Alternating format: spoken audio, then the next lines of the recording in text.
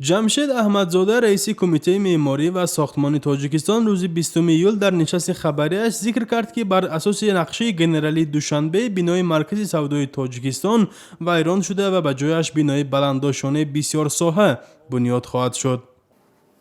حاضر لایحه انگاری از نوسازی تهیه کرده شده است.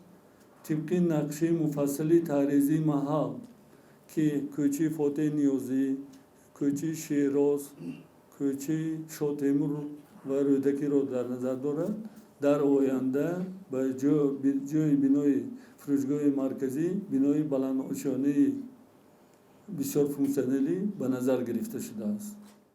رئیس کمیته معماری و ساختمانی تاجیکستان در رابطه با زمان تخریب این بنا و به جای آن بنیاد شدن ساختمان نو گفت که این کار پس از پایان بحران و پیدا شدن پول در بودجه انجام خواهد شد.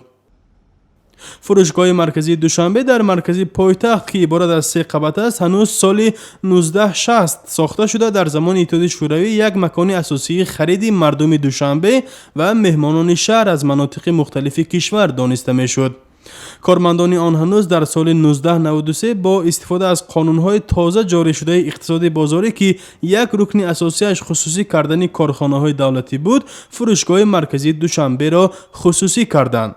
اما با گذشت 23 سال از این خصوصی گردانی مقامات تاجیکستان گفتند که این فروشگاه در سال 1993 در اوج خرج و مرج‌ها که کشور جنگ شهروندی داشت خرید و فروش شده است.